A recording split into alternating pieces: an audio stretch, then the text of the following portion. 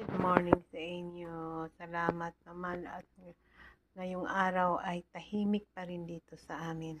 So ngayong umaga ako ay magluluto ng aking ulam. Ayan, ready na ang aking onions. Transparent na siya. Kaya ilagay ko na ang manok.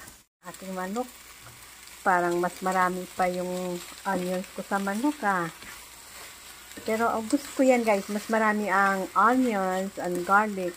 Kasi yung lasa ba, iba ang lasa Maliban sa mas maganda, mas healthy ang garlic at onions, diba? So, yan ang purpose ko. Masarap na, healthy pa. Ang aking gulay, sweet paprika at asin, wala na. Ayun, dinadami-damihan ko na lang yung sweet paprika kasi yun lang naman ang papalasa niya. Na siya guys, so medyo malapot-lapot na, naririnig nyo. And water na 1 cup para mailaga ko yung aking manok.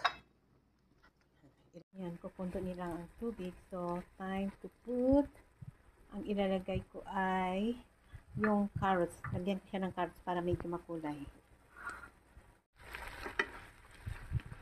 Yung, ayan, may mushroom ako.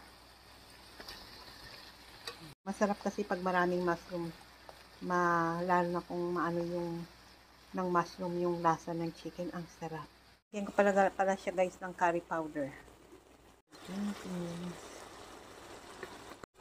So, now it's time to put the kakang gata. Gamit ko ang binili ko lang dahil walang niyog, wala.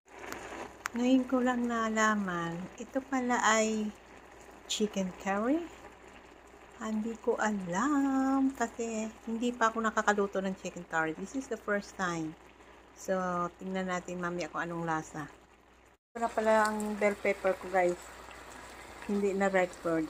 So, ayan. So, this is ready now. Ang ating chicken curry is ready now.